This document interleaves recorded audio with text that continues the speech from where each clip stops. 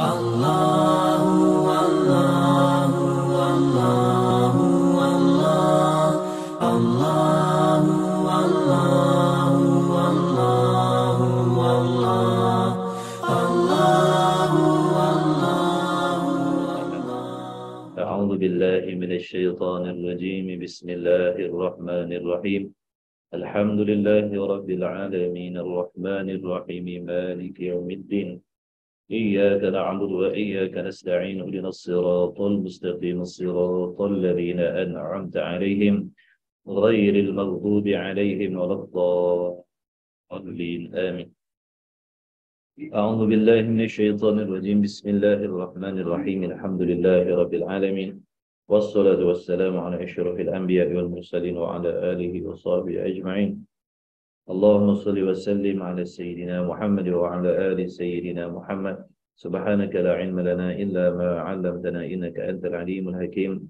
اللهم افتح علينا حكمتك وانشر علينا من خزائن رحمتك يا أرحم الراحمين ربنا زدنا علما وفهما يا كاشف المشكلات اكشف الحجب عن وجوه هذه المعاني حتى نطلع على خفية هذه المسائل واحفظنا من الخطأ والضلال فأنت موفق كل أمر وأنت علام الغيوب برحمتك يا أرحم الراحمين وهب لنا يا وهاب علم وحكمة ولرزق يا رزاق كلنا مسهلا وبالخير يا فتاح فافتح لنا وبالهدى وبالعلم كلنا يا عليم منفضلا اللهم علمنا ما جهلنا وذكرنا ما نسينا اللهم اجعل أعمالنا خالصة لوجهك الكريم وصلى الله على سيدنا محمد وعلى آله وصحبه وبارك وسلم الحمد لله رب العالمين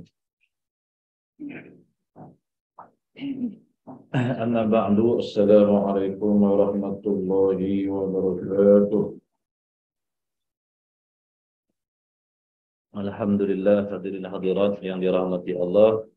Bersyukur kehadirat Allah yang memberikan kita kesempatan lagi untuk bertemu pada pagi ini di rumah Ngaji Melaka Bukit Ruang. Diharapkan tuan-tuan, puan-puan, hadirin hadirat dan yang mengikuti sehat walafiat semuanya insya-Allah. Sama-sama kita memperbetulkan niat kita, qasad kita, tujuan kita dalam kita menghadiri dan mengikuti majlis ilmu pada pagi ini. Mudah-mudahan kita dikurniakan oleh Allah segala kelebihan yang dijanjikan oleh Allah Ta'ala kepada orang-orang yang menuntut ilmu. InsyaAllah. Amin ya Rabbal Alamin. Sambungan kitab Tauhid kita Risalah Al-Misbah Al-Munir. Muka surat apa? 47 perenggan 2.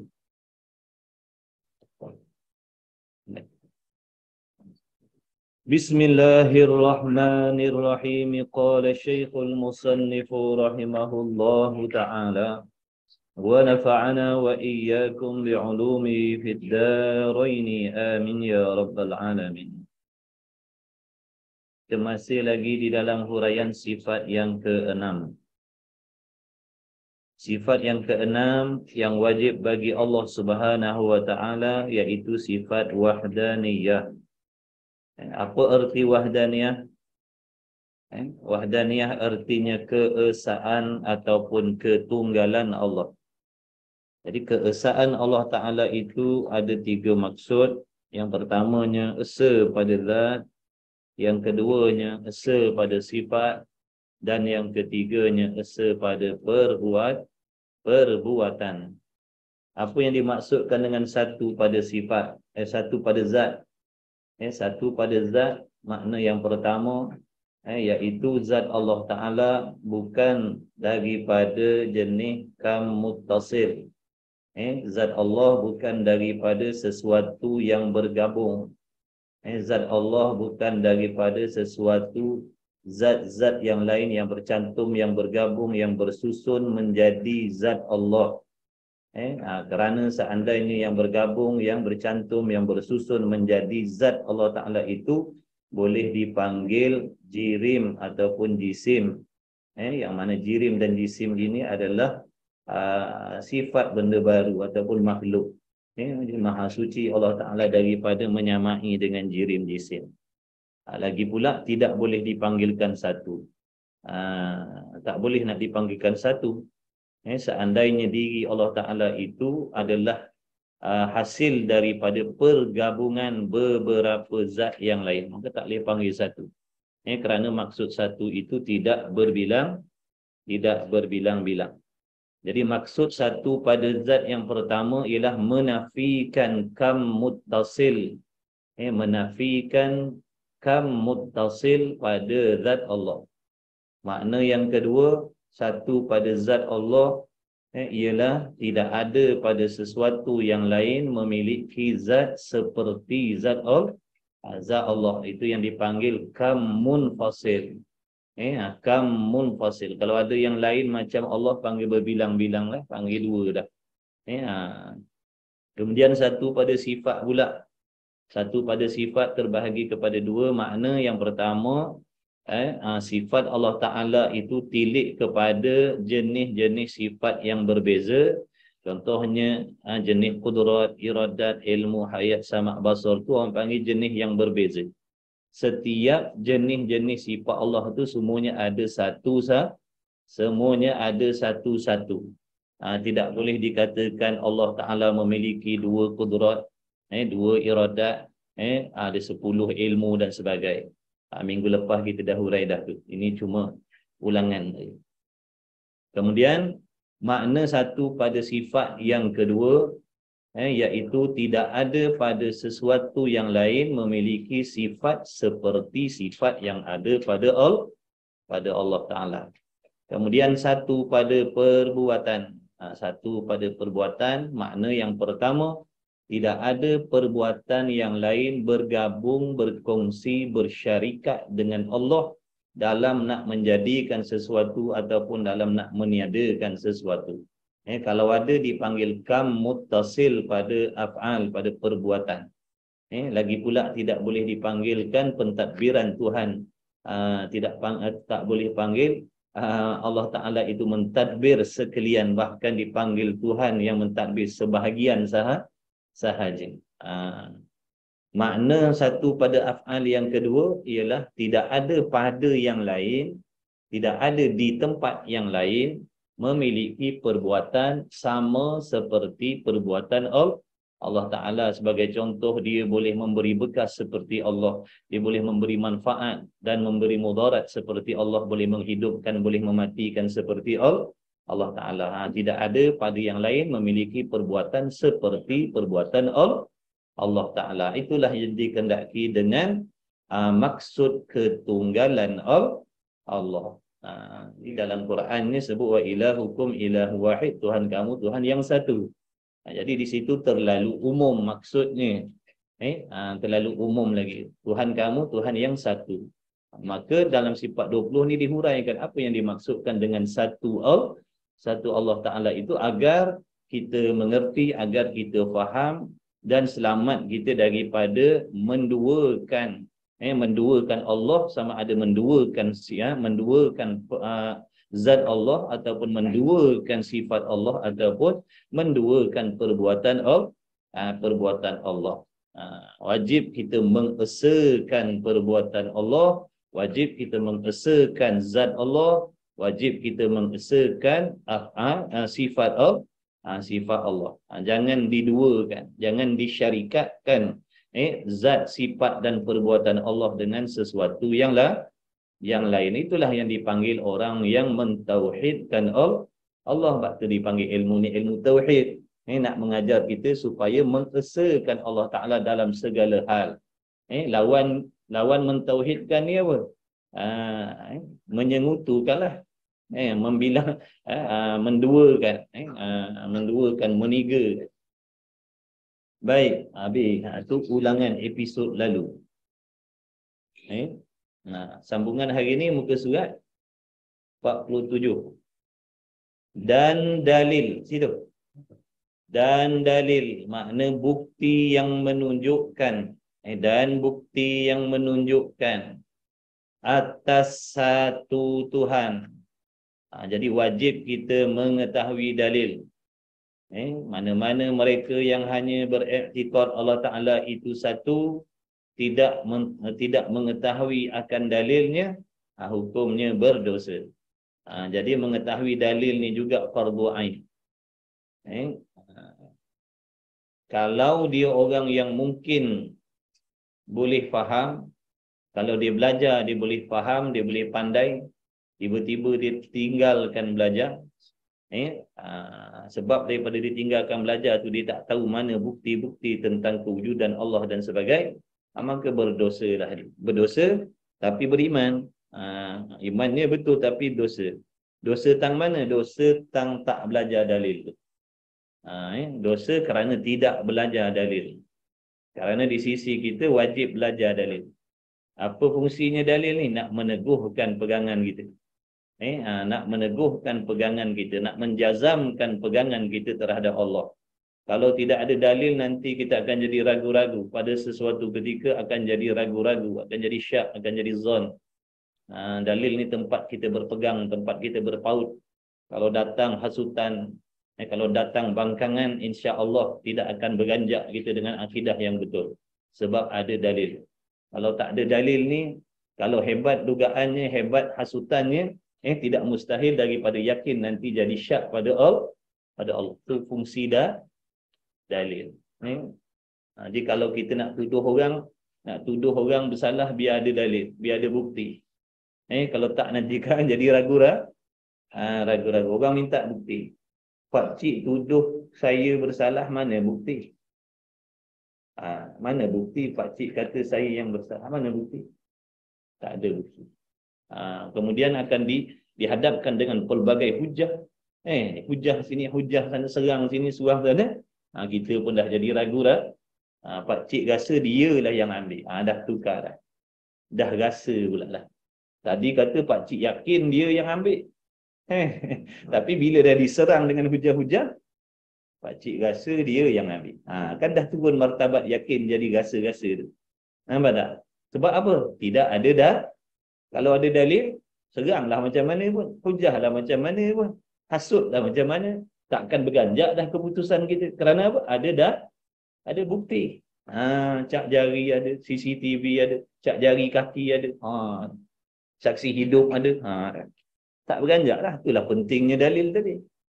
Kalau tak ada dalil ni, satu peringkat boleh jadi dia yakin. Nanti apabila datang pelbagai jenis hasutan bangkangan, dia akan jadi turun daripada yakin jadi ragu-ragu. Itu bahaya kalau tak ada dalil. Baik, dan dalil satu Tuhan. Dulu dah ada dah dalil awal, dulu dah ada dah dalil daripada Quran, wa ilahukum ilahu wahid. Itu dalil lah tu, dalil naqli.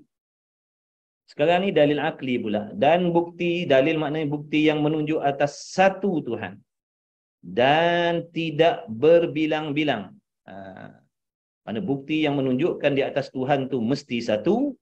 Dan dalil yang menunjukkan di atas Tuhan itu mesti tidak berbilang-bilang. Dalilnya itu ialah kita fikir. Makna dalil akli.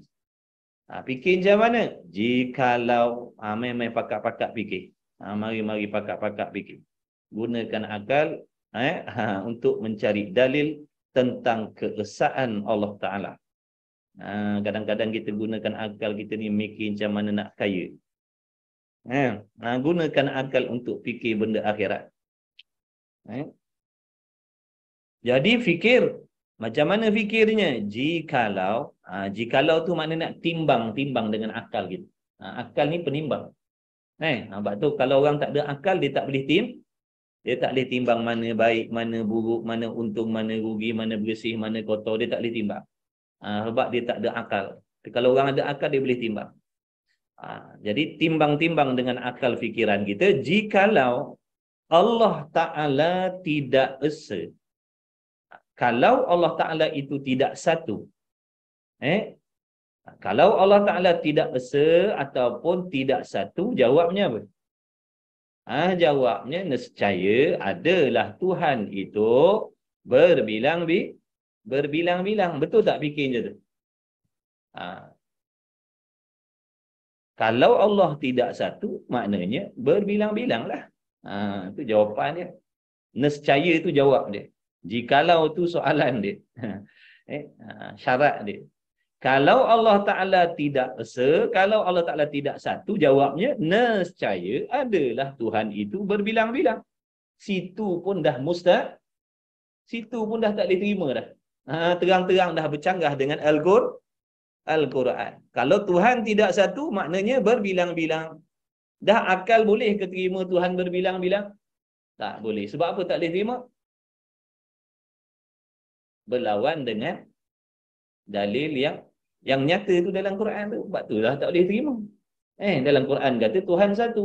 Tiba-tiba kita nak menghukum Tuhan berbilang-bilang pula. Kan lawan tu. Kan tak sama tu. Sebab tu tak boleh terima pada akal. Jadi kalau Tuhan tidak esa, maknanya Tuhan itu berbilang-bilang. Situ pun dah mustahil lah. Sekurang-kurang bilangan itu, sekurang-kurang yang dipanggil berbilang itu, ialah dua. Dua tu panggil berbilang lah tu. Dua tu dah panggil berbilang. 3, 4, 5, 6 lebih-lebih lagi lah dipanggil berbilang. Sebab tu makna bagi satu apa? Makna bagi satu, maksud bagi satu itu ialah tidak berbilang. Maka jika Tuhan tu dua, apa jadi? Kalaulah Tuhan itu ada dua, jawabnya apa? Nescaya tidak lepas daripada bersetuju kedua-dua. Dalam bab ni dalil akli dia panjang ni. Dan jika Tuhan itu dua, nescaya tidak lepas daripada bersetuju kedua-dua itu. Apa maksud bersetuju ni? Kalau dah ada dua Tuhan, sudah tentulah tak boleh lari daripada memiliki kehendak yang sama. Itu maksud bersetuju. Atau berselisih kedua-dua itu. Betul tak? Kalau dah ada dua, sama ada kehendaknya sama ataupun kehendak berbeza. Betul tak begitu? Kalau tuan-tuan duduk seseorang, ada tak bercanggah kehendak dengan sesiapa? Bila ada bini kita, kan? Bini ajak pergi pasar, tok lelaki ajak pergi tempat lain. Kadang-kadang sama-sama ajak pergi pasar. Tu. Faham? Kalau seseorang tak ada nak bergaduh dengan siapa. Ikut kita. Tapi kalau dah ada dua, seorang nak pergi family store, seorang nak pergi pasar malam. Suami ajak pergi masjid, bini ajak pergi pasar raya.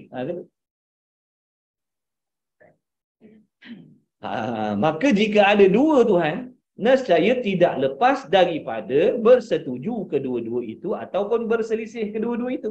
Ni tak boleh baca laju-laju ni tuan-tuan, kena baca perlahan. Biar faham jalan cerita dia tu. Ni dalil ni bukan main-main. Jikalau ni bukan main-main. Ni nak cari dalil ni. Nak cari bukti. Nak cari bukti tentang mesti satu Allah, tak boleh berbilang-bilang. Maka jika bersetuju kedua-dua itu. Maksud kalau sama kehendak. Kalau sama kehendak kedua-dua itu, makna kedua-dua Tuhan tadi tu. Pada menjadikan sesuatu makhluk. Maksudnya kedua-dua Tuhan ni, yang nombor satu, yang nombor dua memiliki kehendak yang sama dalam nak menjadikan satu makhluk. Maka padanya, pada masalah bersetuju sama kehendak nak menjadikan satu makhluk ni, padanya ada 3 masalah. Dipecahkan kepada 3 masalah. Faham tak setakat ni? Ada 2 Tuhan. Ni konon-konon ni bukan suruh i'tikad, jangan tidur tuan-tuan. Nanti kan kata saya mengajar ada 2 Tuhan pula kan. Orang kata jikalau, bukan suruh i'tikad Tuhan ada 2. Jikalau timbang-timbang dengan akal. Jadi kalau ada 2 Tuhan, tiba-tiba kehendak dia ni sama.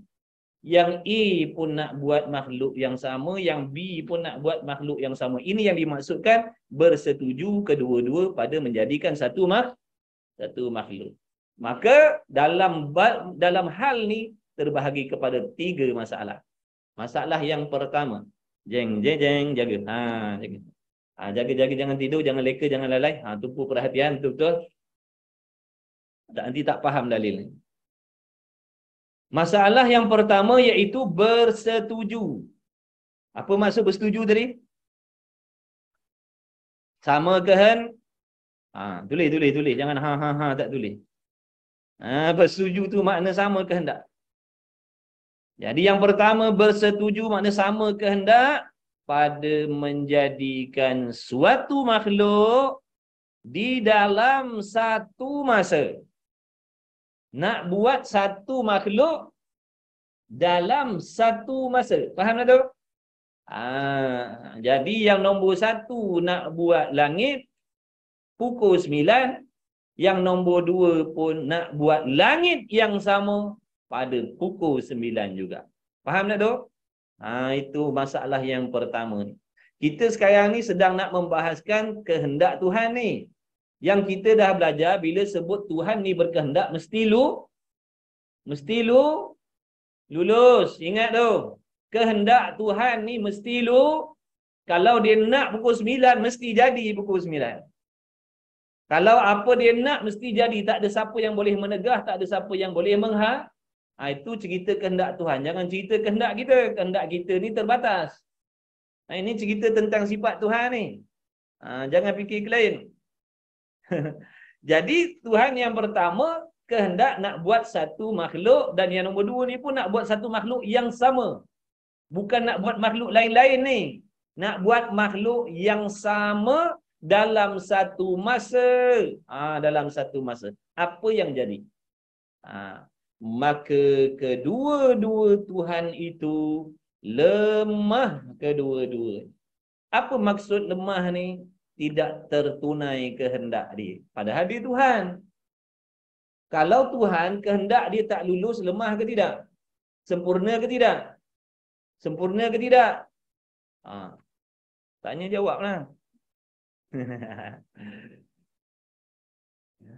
Jadi lemah kedua-duanya pada nak membuat dan pada nak menjadikan jauhar fardi. Jauhar fardi ni apa? Menatang di jauhar fardi ni. Jauhar fardi ni artinya benda ataupun sesuatu yang sangat halus, sangat seni. Itu jauhar fardi. Yang tak terima bagi. Makna jauhar fardi ni tak boleh nak dibahagikan dah. Kerana terlalu seni. Terlalu seni. Tak boleh nak bagi dua. Tak boleh. Tak bagi separuh-separuh pun tak boleh. Itu nama jauhar fardi. Jadi dalam masalah nak menciptakan jauhar fardi ni, Tuhan A nak buat jauhar fardi.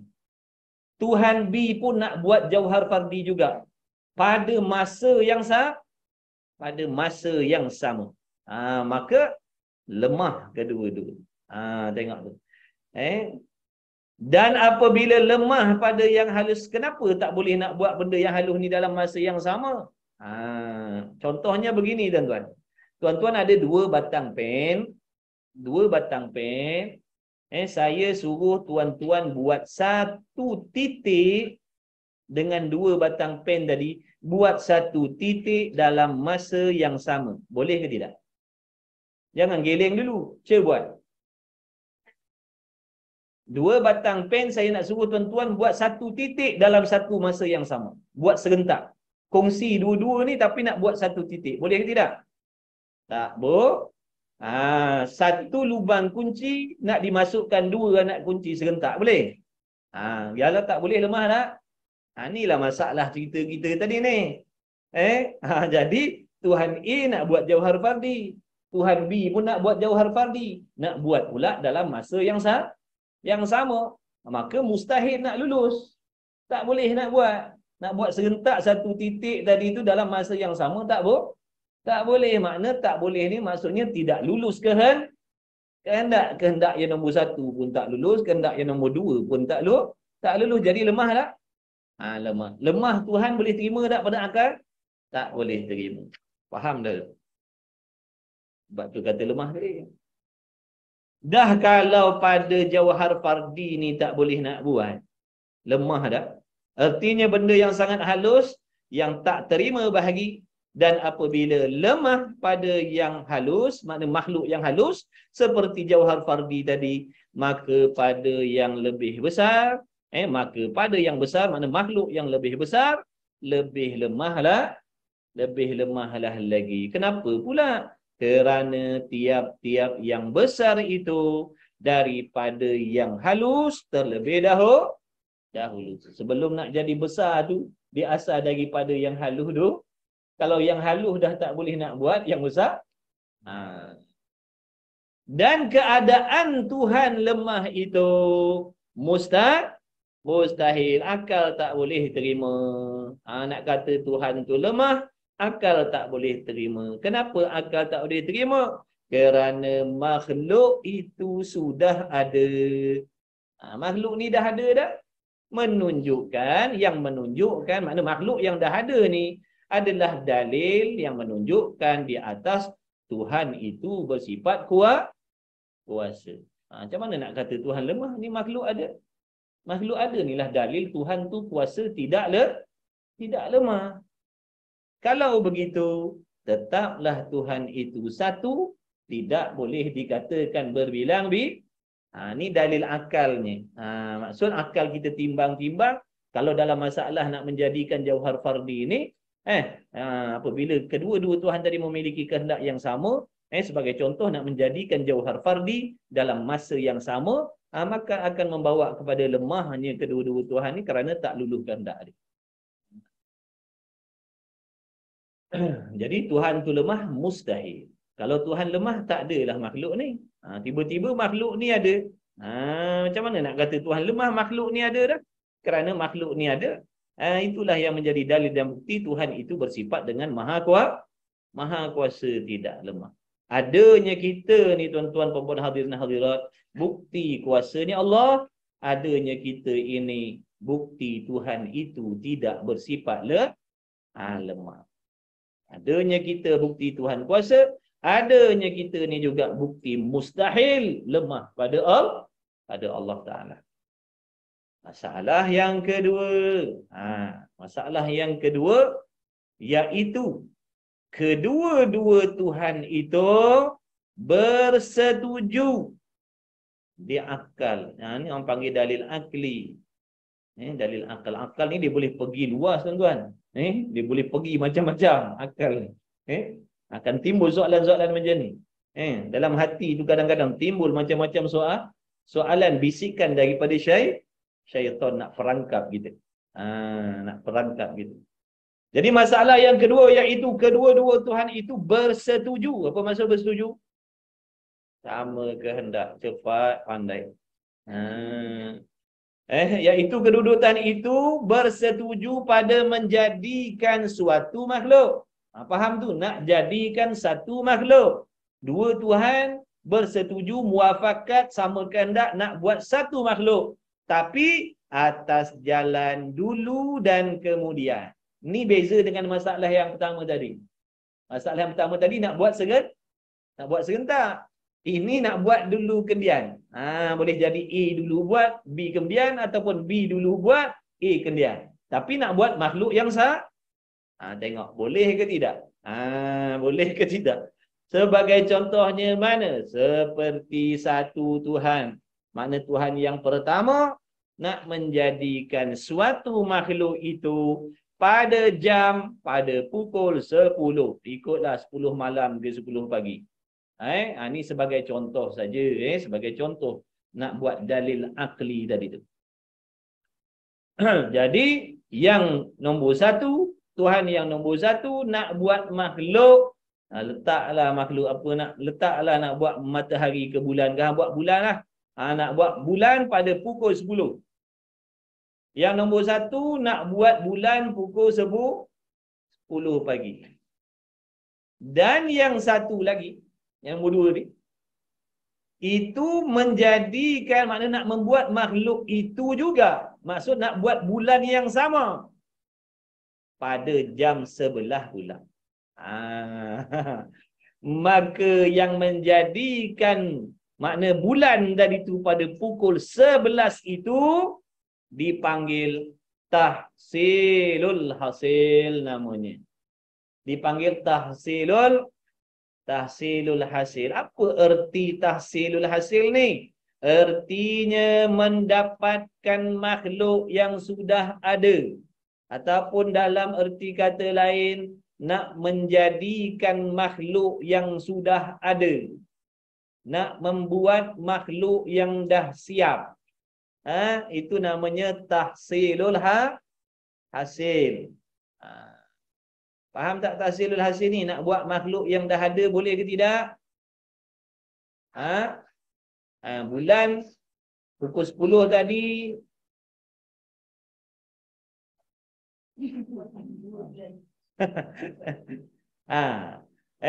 pukul 10 tadi si A dah buat dah bulan. Dah ada dah bulan tu pukul 10.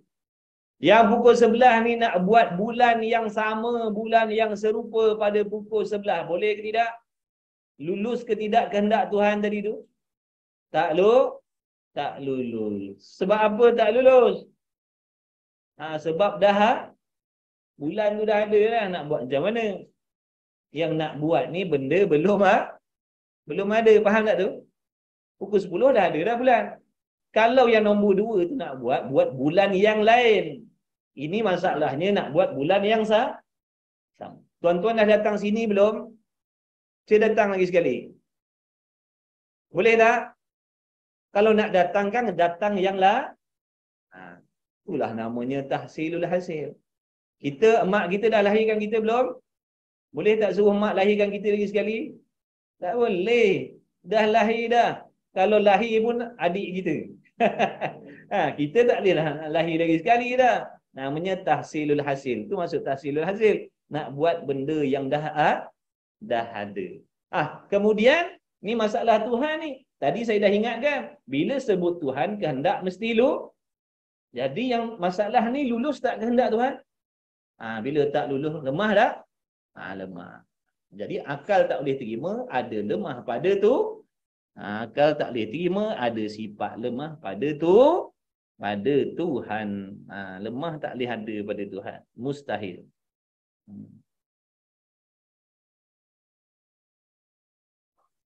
Artinya mendapatkan makhluk yang sudah ada, maka lemah ia Tuhan. Tak boleh nak tunaikan kehendak dia. Dan apabila lemah yang kemudian itu, bila sebut Tuhan yang nombor 2 tadi lemah, yang dahulu itu pun lemah juga. Sebab apa lemah juga yang dulu tu? Maka apabila lemah sebab lemah orang panggil Tuhan, dia masuk dalam perkataan Tuhan tadi. Yang nombor 1 tu Tuhan, yang nombor 2 tu Tuhan. Yang nombor 2 tu tak lulus kehendak. Bila tak lulus kehendak, orang panggil lemah Tuhan. Bila sebut lemah Tuhan, terpalit tak pada yang nombor 1? Kan kata Tuhan tu masuk yang nombor 1. Lemahlah Tuhan. Jadi lemah Tuhan tu mustahil tak boleh terima. Barang siapa yang akalnya boleh menerima ada sebarang jenis lemah pada Allah, maka rosaklah akidahnya, rosaklah imannya. Wajib kita i'tiqad Tuhan itu maha suci dari sebarang jenis sifat lemah. Apa-apa sahaja jenis kelemahan tidak ada sekali-kali pada Allah Ta'ala. Maka apabila lemah keduanya itu, nescaya tidak dapatlah sesuatu daripada makhluk ini. Betul tak? Kalau dah Tuhan tu lemah, boleh tak ada makhluk ni? Tak boleh ada makhluk. Dan iaitu tidak ada makhluk mustahil. Kenapa pula makhluk ni nak dikatakan tak ada makhluk mustahil? Kenapa? Tu ada jawapan baca. Kenapa nak dikatakan makhluk ini tak ada tu mustahil? Kerana makhluk ini dah ada. Mana? Kita lah. Yang susah now. Kita lah makhluk. Kita lah makhluk. Macam mana pula nak kata makhluk tak ada? Ni kan ada ni. Ni kan ada. Ni kita ni makhluk lah. Bila ada makhluk, itulah menunjukkan Tuhan tidak lemah. Dan iaitu mustahil kerana makhluk ini ada dengan musyahadah. Apa maksud musyahadah? Dengan dilihat dengan mata. Dilihat oleh mata kita. Itu maksud musyahadah, tengok dengan mata kita. Mata kita sendiri dah menyaksikan ada bulan, ada bintang, ada langit, ada macam-macam. Makhluklah tu. Itulah dalil, itulah bukti Tuhan tidak lemah. Kalau begitu, tetaplah Tuhan itu satu jua, tidak boleh dikatakan kerana kalau sebut Tuhan berbilang-bilang dalam masalah yang pertama, yang kedua tadi, membawa kepada lemahnya Tuhan. Lemah Tuhan tak boleh terima pada akal sekali-kali. Masalah yang ketiga daripada tiga. Masalah yang ketiga daripada tiga masalah, iaitu kedua-dua Tuhan itu bersetuju. Bila sebut bersetuju, apa maksud setuju? Sama kehendak. Bersetuju pada menjadikan lain-lain makhluk. Jadi masalah yang ketiga ni nak buat makhluk yang berbeza. Masalah pertama tadi, yang kedua tadi nak buat makhluk yang sama. Masalah satu tadi nak buat makhluk yang sama pada waktu yang sama. Masalah yang kedua nak buat makhluk yang sama tapi waktu yang berbeza. Masalah yang ketiga ni nak buat makhluk tapi lain-lain makhluk. Nak buat makhluk yang lain-lain. Iaitu kedua-dua Tuhan itu bersetuju menjadikan lain-lain makhluk seperti satu Tuhan. Ini cerita satu Tuhan, ini cerita dua tadi.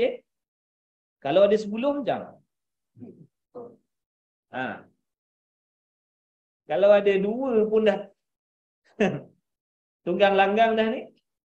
Kalau ada 10 Tuhan, lagi kacau. Sebab tu dia tak payah bawa banyak tak payah bawa banyak contoh. Tak payah kata ada 10 Tuhan, 100 Tuhan, ambil 2 pun cukup lah. Kalau 2 pun akal dah tak boleh terima, dah membawa kepada lemah. Kalau kata 100 Tuhan, lagi dah. Dalam Melaka ada berapa ketua menteri? Kalau ada 10 macam tak tonggang terbalik Melaka ni. Nampak tak? Sebab tu ibaratnya begitu. Ini cerita Tuhan. Bila sebut Tuhan, apa yang dia nak mesti jadi. Kalau manusia ni boleh lebih kurang lagi. Sebab tak sempurna. Ni Tuhan, cerita pasal Tuhan ni. Kalau dah kata Tuhan, kehendak mesti lulus. Ini tiba-tiba Tuhan, tapi kehendak tak lulus pula. Tuhan apa je tu? Tuhan apa kehendak tak lulus ni? Jadi tak boleh terima. Jadi dia bawa 2 contoh je. Kalau ada 2 Tuhan. Kalau ada 3, lebih-lebih lagi. Ini masalah yang ketiga. Ada 2 Tuhan. Kemudian yang kedua-dua Tuhan ni bersetuju nak menjadikan lain-lain makhluk. Sepertinya satu Tuhan nak menjadikan langit. Yang nombor 1 nak buat langit. Dan yang satu lagi itu pula nak menjadikan bumi. Maka kedua-dua Tuhan itu lemah kedua-dua. Lemah tang mana pula ni? Yang buat langit dah jadi langit. Yang nak buat bumi dah jadi bumi. Ni tiba-tiba kata lemah pula. Lemah tang mana ni? Tengok tu. Kerana, ni alasan dia. Kerana Tuhan yang membuat langit itu. Atau tak ada perkataan itu. Kerana Tuhan yang membuat langit sudah tidak boleh hendak menjadikan bumi. Betul? Nampak macam main-main Ni bukan main-main tahu. Ni bukan nak cerita macam cerita budak-budak Ini dalil ni tuan-tuan. Besar ni dalil ni. Jadi Tuhan yang dah buat langit tadi boleh tak nak buat bumi? Tak boleh lah, sebab bumi dah dijadikan oleh yang nombor 2. Nombor 2, nampak tak? Tuhan yang buat bumi boleh tak nak jadikan langit? Tak boleh nak jadikan langit. Kenapa? Kerana dah ada dijadikan oleh yang nombor 1. Dalam hal ni, kedua-dua Tuhan tadi pentadbiran dia meratai ke tak? Tidak meratai. Tuhan apa pentadbiran tak meratai? Dalam Quran sebut Rabbil Alamin, sekalian bukan separuh alam. Kalau tadbir separuh alam, bukan Tuhan. Tuhan ni pentadbiran dia mesti sekalian ataupun menyeluruh. Ini tiba-tiba Tuhan langit, dia takbir sakat langit je. Bumi bukan takbiran dia. Yang bumi, dia hanya takbir bumi aja, langit bukan pentadbiran dia. Dah layak ke nak panggil Tuhan? Tak layak nak panggil Tuhan. Tu jalan dalil dia. Maka kedua-dua Tuhan itu lemah kedua-dua kerana Tuhan yang membuat langit itu sudah tidak boleh nak menjadikan bumi. Kerana bumi itu sudah ada, makna dijadikan oleh yang nombor 1 tadi. Dan Tuhan yang menjadikan bumi itu pula lemah nak menjadikan langit, kerana langit itu sudah ada dijadikan oleh yang nombor dua ataupun nombor satu tadi. Bererti Tuhan yang menjadikan langit itu bukan Tuhan Tuhan ni makna tuan. Tuhan ni makna pemilik. Jadi Tuhan yang menjadikan langit itu bukan Tuhan yang memiliki bumi, dan Tuhan yang menjadikan bumi itu bukan Tuhan yang menciptakan atau mentadbir langit. Maka kedua-dua itu lemah dan iaitu mustahil, kerana makhluk ini sudah ada dengan musyahadah. Kalau begitu tetaplah Tuhan itu satu, tidak berbilang-bilang. Jadi dalam masalah ni dikatakan Tuhan itu lemah kerana pentadbiran dia tidak meratai. Jadi lemah akan tak boleh terima Tuhan lemah. Kalau Tuhan lemah tak ada makhluk. Tiba-tiba makhluk ni ada dah dengan musyahadah. Maka mustahillah Tuhan itu berbilang-bilang. Dah ada 3 dalil dah lemah Tuhan. Nak lagi. Tu ada lagi. Kita tak nak pun dia bagi lagi dalil tu. Suruh faham elok-elok. Sebab ni dalam bab wahdaniyah ni. Mentauhidkan Allah ni. Kerana banyak benda yang merosakkan akidah ni. Banyak yang menduakan Allah. Sebab tu dalilnya banyak kat sini. Nak suruh faham betul-betul masalah ketunggalan Allah Ta'ala ni. Jangan dikatakan Tuhan tu berbilang-bilang. Kemudian, dan jika kedua-dua Tuhan itu berselisih. Apa maksud berselisih? Kehendak lainlah. Kehendak lain-lain. Ini masalah kalau berbilang-bilang Tuhan dalam hal berselisih kehendak pula. Ingat balik awal cerita tadi. Kalau dah ada 2 Tuhan, tak boleh lari sama ada kehendaknya sama ataupun kehendak berbeza. Masalah kehendak sama dah selesai dah tadi. Ada berapa masalah? Ada 3 masalah. Ini dalam masalah berbeza kehendak pula. Kalau satu je Tuhan tak bergaduh lah nak cerita pasal berselisih dengan tak berselisih ni. Dah satu, ini 2. Kalau ada 10, kadang yang nombor 1 kehendak nombor lain, yang nombor 2 kehendak lain, nombor 3 kehendak lain, lagi kacau bilau jadi. Dan jika kedua-dua Tuhan itu berselisih dan berbalah, bergaduh, tak sama kehendak. Satunya hendak menjadikan suatu makhluk seperti langit. Dan satu lagi itu pula hendak membinasakan langit itu. Nombor 1 nak buat langit. Yang nombor 2 tak nak ada langit. Padahal dua-dua ni Tuhan ni. Dah sebut dah tadi. Kehendak Tuhan mesti lulus. Lepas tu cuba kita tengok apa jadi. Dan satu lagi itu pula hendak membinasakan langit itu. Maka padanya 2 masalah.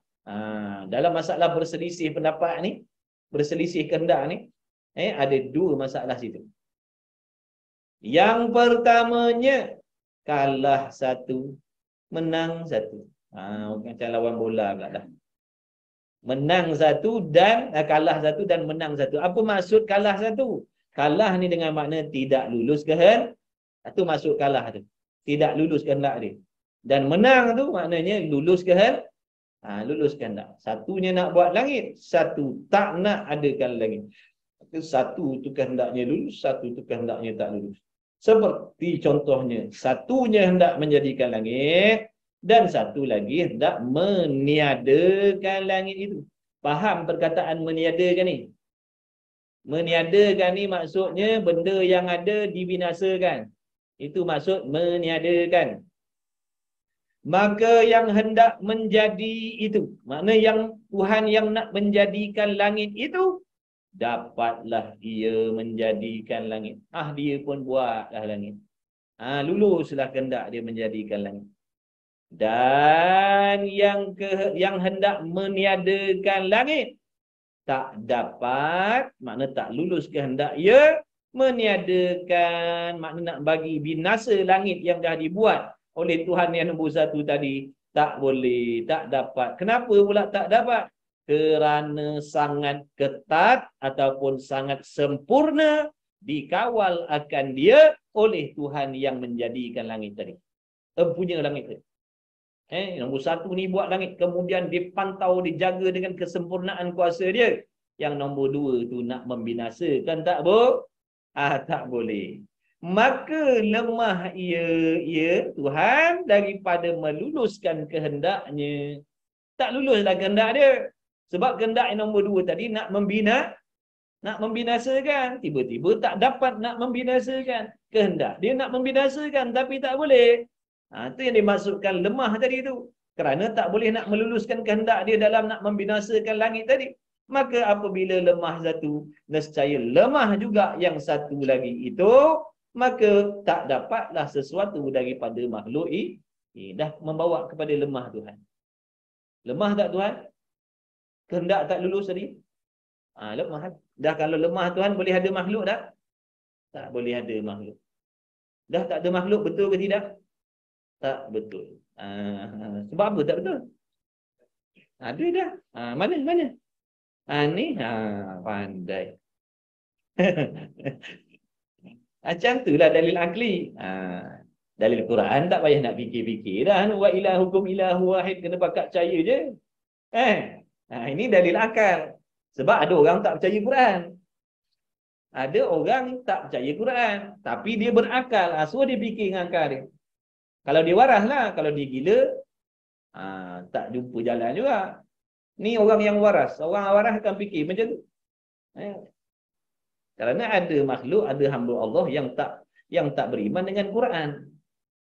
Jadi kalau kita nak menyatakan kepada mereka yang tak percaya Quran tadi tentang adanya Allah, tentang kuasanya Allah, tentang satunya Allah, nak bacakan firman Allah Ta'ala, awal-awal lagi ditolak lah. Nak baca Quran apa kat dia? Dia memang tak percaya Quran. Tapi kalau suruh dia mikir, guna akal, dia boleh fikir sebab dia waras. Cuma dia nak membenarkan ataupun tidak. Kalau dia tak sombong, dia akan terima. Kalau dia sombong, dia akan menafikan barang yang dia sendiri dah faham. Kalau ada orang yang berakal seperti ini, kena ceritakan dia dalil akli ni. Kenapa tak boleh cakap Tuhan itu banyak? So dia fikir dengan akal. Tapi dia kena faham dulu maksud Tuhan tu. Tuhan tu, dia mesti kuasa, dia mesti hebat, kehendak dia mesti lurus. Apa yang dia nak buat mesti terjadi. Kena faham dengan dia dulu. Cerita sesuatu. Dia akan faham sebab dia ada akal, dia waras. Dia waras, dia boleh fikir. Contohnya kita kata, kita nak cakap dengan orang bukan Islam. Contohnya orang yang tak percaya adanya Tuhan. Ada orang yang tak percaya adanya Tuhan. Dia kata dia tak ada pegangan apa-apa. Dia percaya tak ada Tuhan. Dia tak percaya pun. Kita kata, meja ni, awak percaya tak meja ni tak ada tukang yang menjadikan? Dia kata mana boleh. Akal dia fikir tu. Sebab dia waras. Akal dia waras. Dia kata mana boleh. Mestilah ada yang membuat. Mesti ada yang membuat. Ni meja, kursi, mesti ada yang membuat. Kita kata tak adalah, meja ni jadi dengan sendiri. Dia kata mana boleh. Gila ke dia cakap. Lepas tu kita tunjuk atas sikit. Tengok tak bulan? Ada tak bulan? Ada. Ada tak meja? Ada. Bulan tu ada tak pencipta dia? Langit ada tak pencipta? Kita kata bulan dan langit tu tak ada pencipta. Jadi dia nak jawab tak boleh pun, nak iyakan tak boleh. Sebab apa? Tadi dia percaya. Bila sebut ada meja, ada tukang buat. Ni langit bumi ada, takkan tak ada tukang buat. Jadi dia boleh fikir. Ya tak, ya juga. Dia kata setiap benda ada, mesti ada tukang yang menjadikan. Kalau meja tadi ada tukang yang membuat, takkan langit bumi ni tak ada pula tukang yang membuatnya. Dia waras. Maknanya dia boleh fikir ke situ. Cuma dia nak akur dengan tidak akur saja. Kalau dia tak sombong, dia akan percaya. Dia akan terima. Kalau dia sombong, dia akan menafikan sekalipun benda tu dia faham. Orang sombong kan macam tu. Orang sombong ni macam tu. Dia tak boleh terima kebenaran. Dah terbaring kena tumbuk kalah pun dia kata, aku menang lagi. Dia sombong. Padahal terbaring kan tu.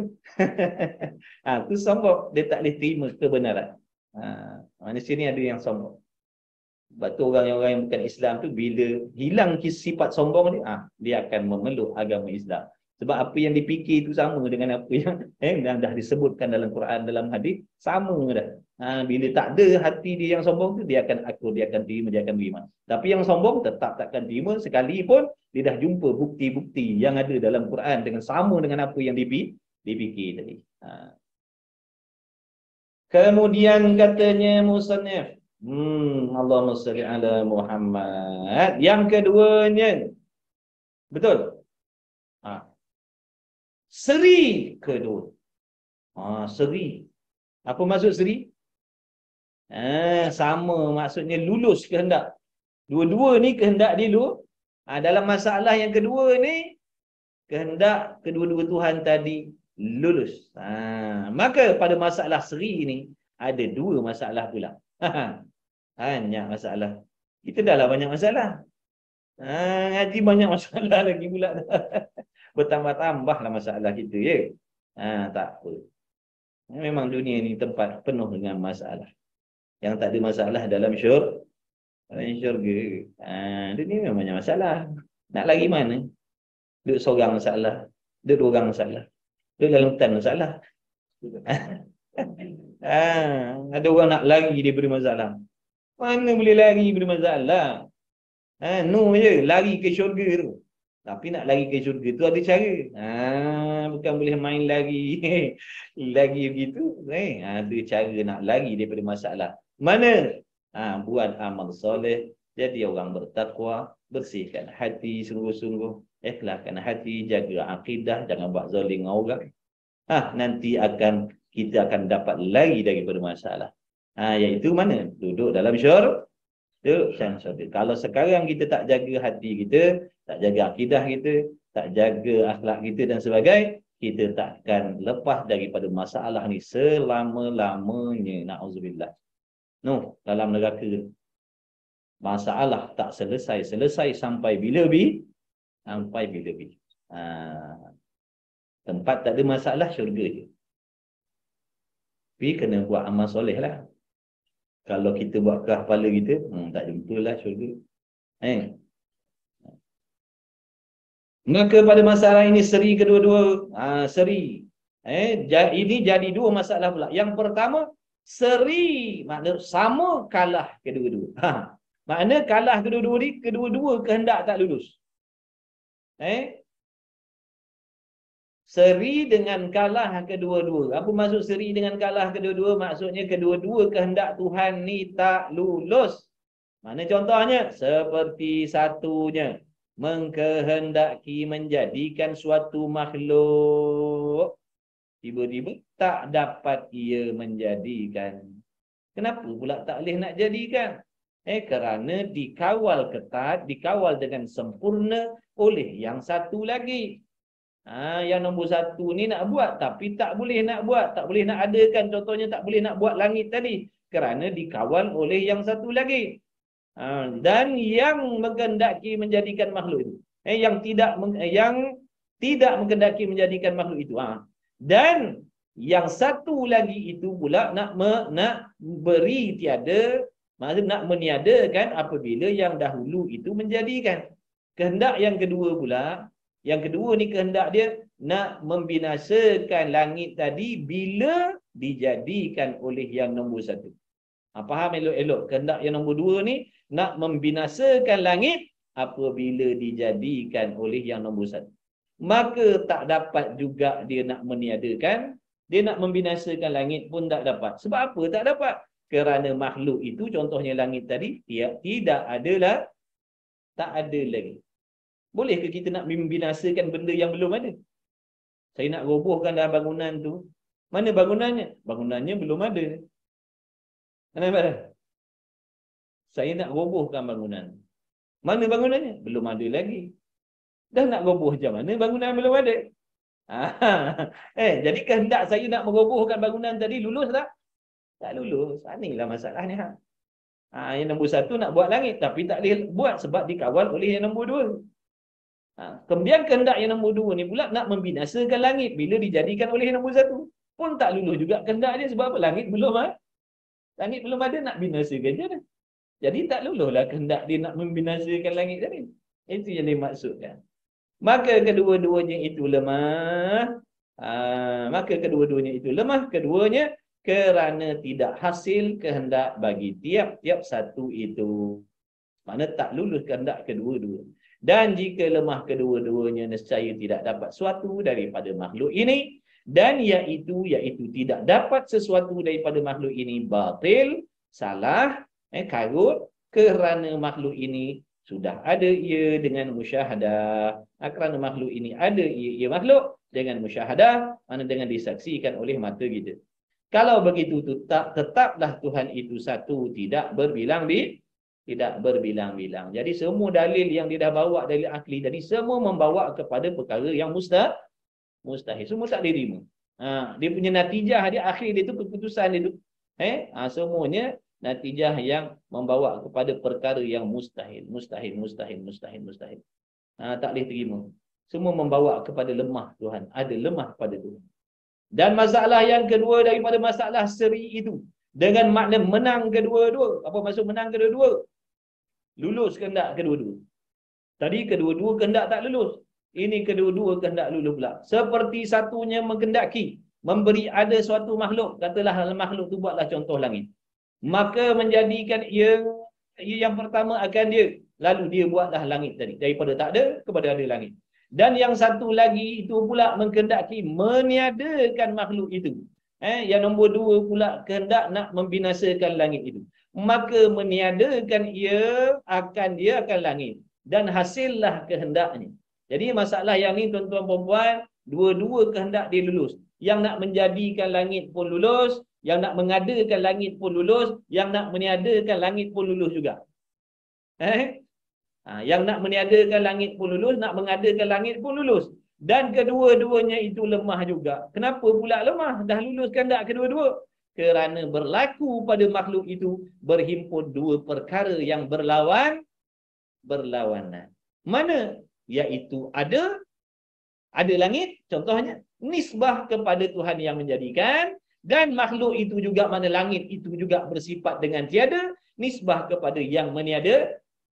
Jadi langit tu tadi ada dan tiada. Boleh tak nak terima? Langit tu ada dan tiada. Dia mesti salah satu pula. Kalau nak kata langit tu dalam masa yang sama, langit tu ada. Langit tu ada sebab apa? Nombor satu buat. Langit tu juga tak ada lah. Sebab apa pula? Sebab yang nombor dua nak meniadakan. Jadi berhimpun pada langit tu ada dan dia. Akan boleh terima tak berhimpun dua benda berlawanan pada satu tempat? Mustahil. Tak boleh terima juga. Sekalipun dikatakan lulu kehendak kedua-dua, tak boleh terima juga kerana membawa kepada perkara yang mustahil, iaitu mana? Berhimpun dua perkara yang berlawanan pada satu benda, iaitu ada dan tiada nak berhimpun pada satu tempat, satu benda, satu masa, tak boleh diterima pada akal sekali-kali. Macam sekarang ni, kita ada di rumah ngaji. Ada di rumah ngaji Melaka. Tidaklah tiada. Tak boleh kita nak kata kita ada dan tiada di rumah ngaji.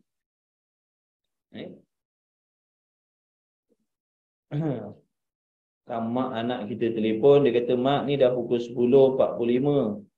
Mak ada kat mana ni?" Nantilah dulu, belum habis kelar lagi, sikit lagi ni. Mak ni sedang ada dan tiada di rumah ngaji. Mak sedang ada dan tiada di rumah ngaji Melaka sekarang. Pening anak kita mikir. Dia kata, "Mak tadi salah makan ubat ni." Ada. Jasad aja ada, hatinya tiada. Jasad, hati tiada. Maka membawalah kepada tidak ada makhluk ini bila dah lemah ataupun bila dah membawa kepada benda mustahil. Mustahil ni kena faham, bila sebut mustahil adalah sesuatu perkara yang tidak boleh wujud, benda yang tak boleh mustahil ni benda tak wujud. Jangan cari benda mustahil. Benda mustahil tak payah cari. Sebab apa? Tak ada. Diri benda tu memang tak ada. Nak cari Tuhan selain Allah, nak cari mana? Memang tak ada. Tak boleh ada. Itu maksud mustahil. Dia tak sama dengan perkara yang harus. Perkara harus tu perkara yang boleh jadi ada. Mustahil perkara yang memang tak boleh tak boleh ada. Ha, jadi faham betul-betul dengan istilah tu, hukum akal yang tiga tu. Dulu awal kita dia dah ingatkan. Penting sangat mengetahui hukum akal yang tiga. Wajib akli apa, mustahil akli apa, harus akli apa. Tiga je. Tapi kalau tak faham tiga ni betul-betul, masalah kita nak mengaji sifat 20. Ni contoh macam ni tadi ya. Nak guna-guna hukum akal tu. Kalau kita masih lagi keliru mustahil tu apa, harus tu apa, jadi payahlah nak terangkan. Kena faham betul-betul maksud wajib. Wajib apa? Bila sebut wajib, perkara yang mesti ada sedia kala dan tak boleh hilang selama-lama. Dia duduk dalam keadaan ada semata-mata ada. Itu wajib. Yang mustahil pula duduk dalam keadaan mesti tiada, sedia kala lagi tiada, dan kekal tiada, dan sentiasa tiada, selama-lama tak boleh ada. Tak terima ada sekali-kali. Tak terima pada akal. Akal tak boleh terima adanya benda mustahil.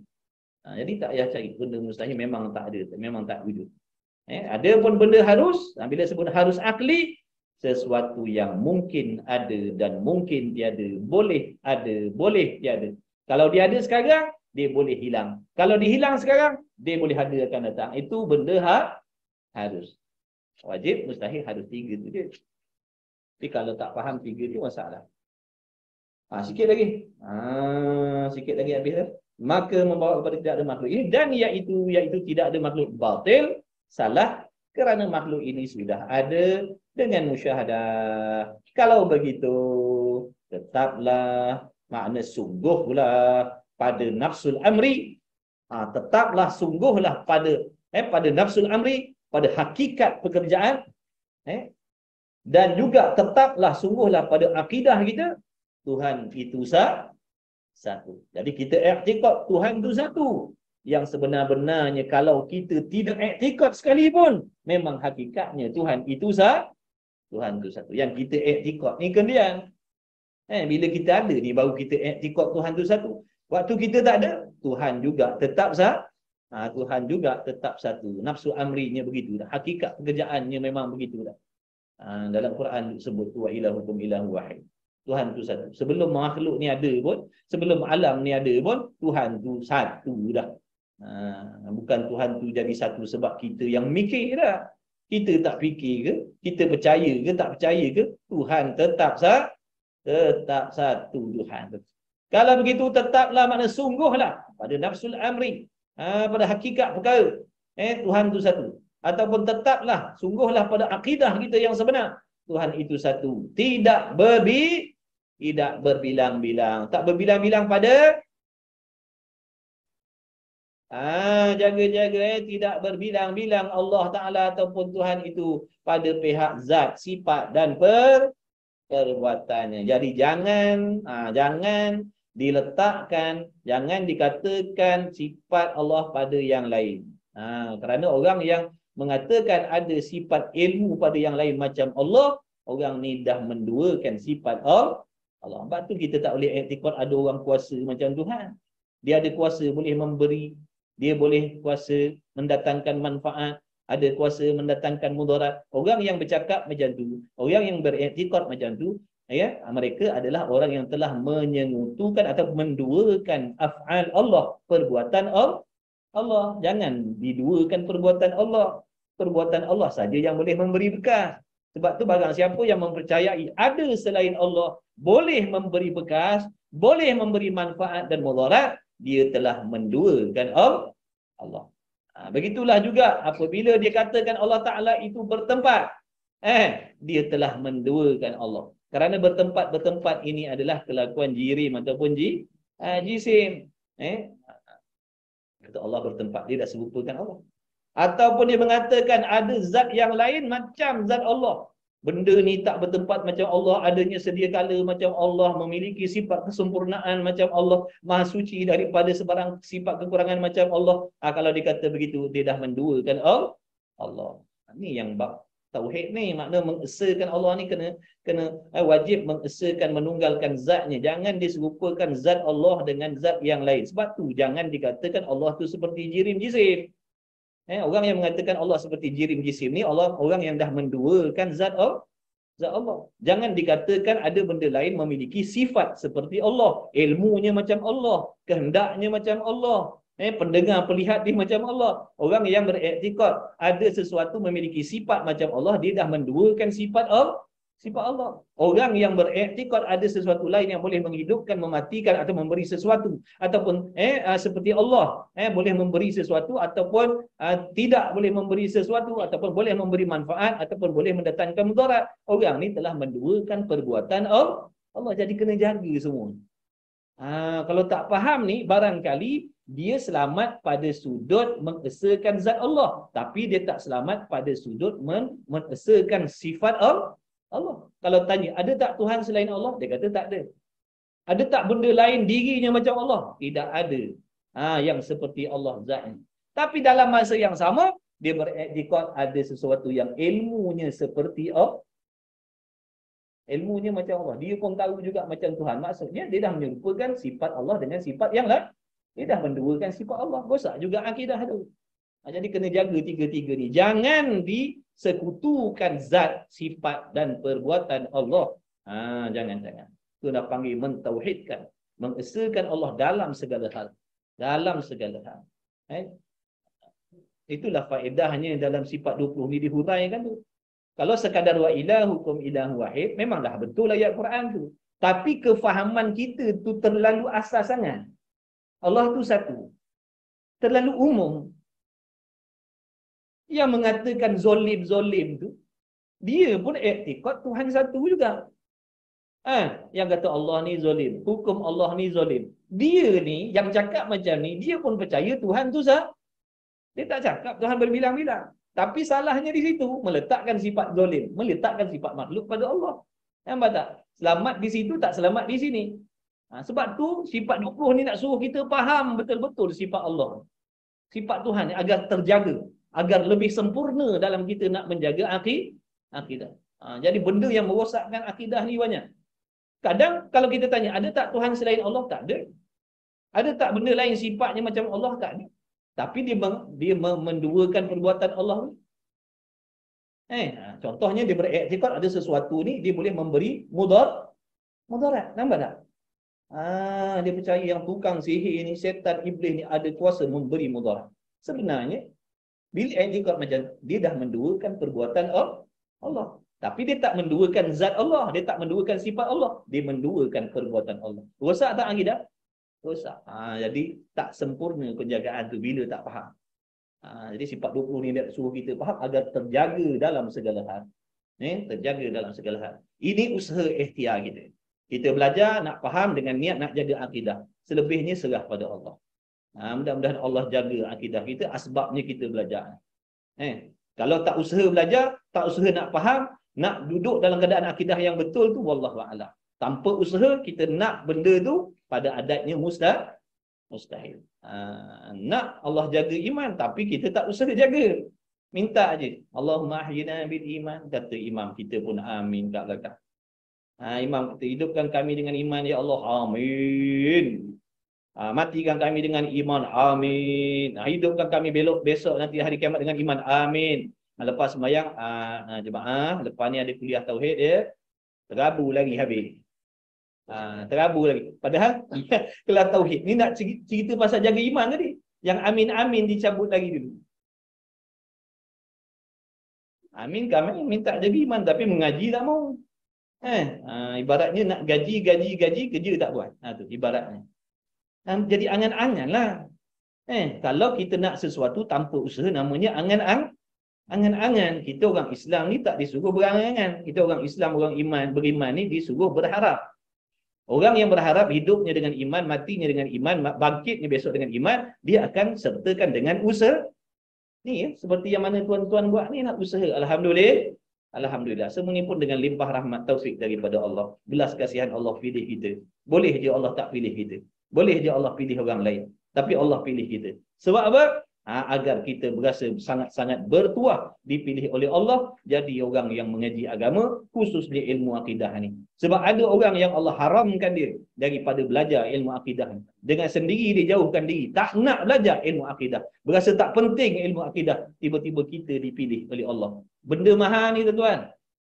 Jutawan pun belum tentu boleh beli ni nikmat belajar ilmu akidah. Ada duit berjuta tapi tak ada rezeki belajar ilmu akidah. Tapi kita Allah pilih. Allah bagi barang yang tak boleh nak nilai. Allah bagi pada kita dengan percuma. Barang mahal ni, barang yang tak ternilai ni, sepatutnya bila kita dapat, seronok tak? Seronok. Bila seronok, jaga tak? Patut jagalah. Jagalah. Nikmat iman, nikmat Islam ni benda tak boleh nak beli. Tiba-tiba kita pula dipilih oleh Allah. Orang yang cerdik, bila dapat benda yang sangat-sangat tak ternilai ni, dalam ramai-ramai orang, tak semua dapat. Tiba-tiba kita dapat. Sepatutnya kita berasa bertuah, berasa sangat-sangat mujur, berasa sangat-sangat syukur. Kita akan jaga benda yang payah nak dapat tadi. Kita akan jaga dia, pantau dia, takut rosak dia. Gitulah iman Islam tadi. Tak semua orang dapat. Semua orang beriman ke atas dunia ni? Dah. Ada yang beriman, ada yang tidak. Itu kehendak Allah, itu hak Allah. Ikut Tuhan nak bagi siapa beriman, siapa tidak. Tak boleh nak persoal. Jadi dalam keadaan harus Allah Ta'ala bagi orang tu beriman ataupun tidak, kita pula dipilih oleh Allah. Padahal tak pernah minta pun kita lahir atas dunia ni beriman, betul? Siapa pernah minta? Siapa kat sini pernah minta sebelum lahir dulu, ya Allah lahirkan aku dalam keadaan orang beriman? Tak ada, tak pernah minta. Tapi kita semata-mata dengan limpah rahmat Allah dipilih oleh Allah. Apa tu kita berasa mujur? Boleh je Allah Ta'ala nak lahirkan saya dan tuan-tuan ni di kalangan orang kafir Yahudi Nasrani. Boleh. Tapi mujur Allah pilih kita lahir di kalangan mak bapak yang patut kita hargai.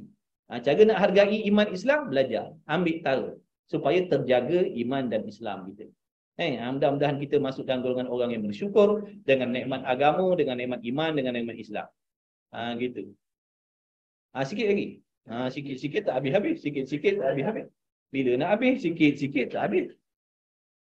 Kemudian kalau begitu, tetaplah Tuhan itu satu, tidak berbilang-bilang. Inilah yang dipegang. Makna di dalam hati, bukan pegang kat tangan. Bukan pegang kat tangan, ni pegang dalam hati. Inilah yang dipegang, maksud yang dipercayai. Yang diiktikadkan dalam hati. Yang diakui, yang sebenar, yang muafakat, yang sama dengan petunjuk Allah Ta'ala. Maksudnya orang yang memiliki pegangan dan kepercayaan dalam hati bahawasanya Tuhan itu mesti satu, tidak berbilang-bilang zat, sifat dan perbuatannya, itulah yang dipegang, itulah pengakuan yang betul, yang sama dengan apa yang Allah Ta'ala akui di dalam Al-Quran. Amittakhadhu ilahatan minal ard hum yunshirun Lau kana fihima ilahatun illallahu la fasadata. Ini dalil lagi. Ini pula namanya dalil nakli. Jadi dalam bab wadaniyah ni dia ada bawa dua dalil Quran yang menunjukkan Tuhan itu satu dan beberapa dalil akal yang menunjukkan Tuhan itu satu, tidak berbilang-bilang. Lagi banyak dalil, lagi bagus, lagi kuat, lagi teguh. Atau mengambil kamu akan Tuhan yang lain daripada bumi ini. Bermula mereka itu berhamburan sekalian mereka itu. Jikalau, ini syahid kita, jikalau adalah pada menjadikan langit bumi itu Tuhan lain melainkan Allah. Allah yang firman ni. Allah sebut dalam Quran. Kalaulah ada Tuhan yang lain. Allah Ta'ala sebut dalam Quran. Kalaulah ada Tuhan yang lain yang menjadikan langit dan bumi ini, nescaya kedua-dua langit ini, langit bumi itu rosak binasa. Apa maksud rosak binasa? Kata ulama, rosak binasa ini membawa kepada tidak akan adanya langit dan bumi. Kalau ada Tuhan yang lain mentadbir, yang menjadikan langit dan bumi ini selain Allah, nescaya rosak binasa. Tah yang tuan-tuan tengok sekarang rosak binasa ke tidak? Yang tuan-tuan tengok sekarang langit bumi rosak binasa ke tidak? Elok berjalan. Siang malam elok tergatur. Itulah menunjukkan tidak ada yang mentadbir selain Allah. Kalau ada, tunggang langgang habislah.